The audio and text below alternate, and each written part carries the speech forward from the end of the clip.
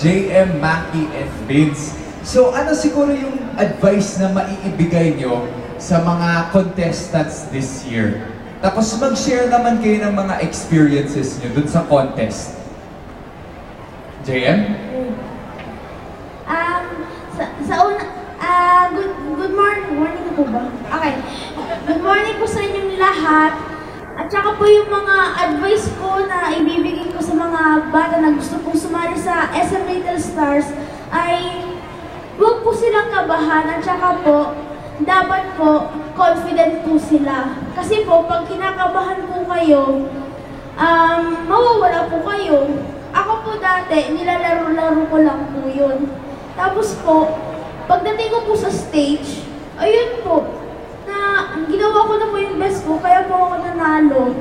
At saka po, yung mga experience ko naman po, ay super saya po ako. Kasi po, marami po akong natutunan doon, marami rin po ako naging friends, marami din pong events, pero hindi lang po ako nakano sa China. Kasi po dati wala pong trip to China eh. Pero po, yung events po, pinaka-favorite ko dun bowling. Kasi first time ko eh. Sige po, thank you po.